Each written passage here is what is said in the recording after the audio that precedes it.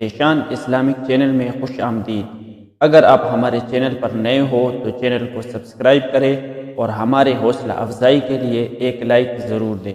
نماز جنازہ کے فرائض۔ نماز جنازہ میں 2 چیزیں فرض ہیں۔ نمبر 1، 4 مرتبہ اللہ اکبر کہنا۔ ہر تکبیر یہاں قائم مقام 1 رکعت کی سمجھی جاتی ہے، یعنی جیسے دوسری نمازوں میں رکعت ضروری ہے ویسے ہی نماز جنازہ میں ہر تکبیر ضروری ہے۔ اگر امام جنازہ کی نماز میں 4 تکبیر سے زائد کہے تو حنفی مقتدیوں کو چاہیے کہ ان زائد تکبیرات میں اس کا اتباع نہ کرے بلکہ سکوت کیے ہوئے کھڑے رہے۔ جب امام سلام پھیرے تو خود بھی سلام پھیر دے۔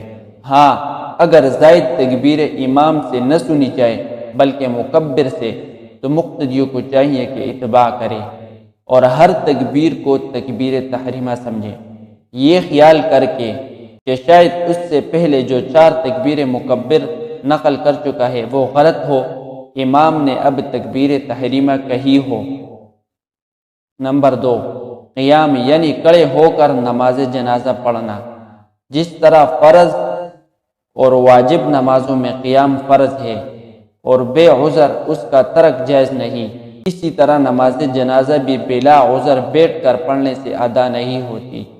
مسئلہ، اذان اور اقامت اور قرات، رکوع، سجدہ، قعدہ وغیرہ اس نماز میں نہیں۔